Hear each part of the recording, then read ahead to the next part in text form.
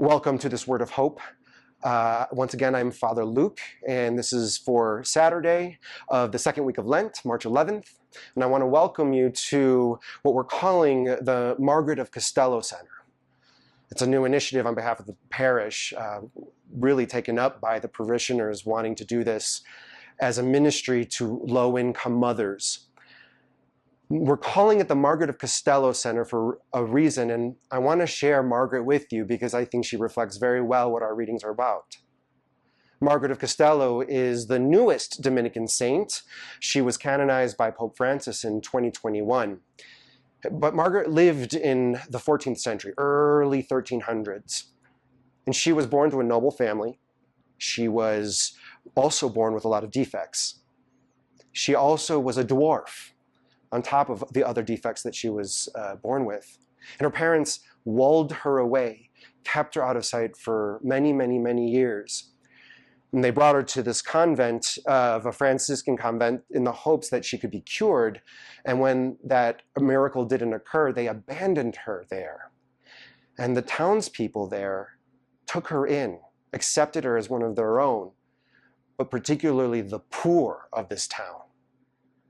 And she was passed from family to family and cared for. Poor families known to be serving other poor, serving prisoners. And she in turn began to give back in the way that she could. A great advocate for children, and teaching what she could, serving the poor as she was taught by the poor around her as well, even though she came from a noble family. Our readings today, particularly that first phrase in Micah, shepherd the people of his flock. The question is, do we have the eyes to actually see, as God sees, who are those sheep? We hear with the Pharisees and the scribes questioning Jesus about who he's ministering to, people they would never consider God's flock. And then Jesus gives us that famous parable of the prodigal son. Our almsgiving for Lent is not just about giving charity or philanthropy. It really is meant to be an encounter with the poor, where we challenge ourselves to go face to face with the poor and to see them as God sees them, not as we.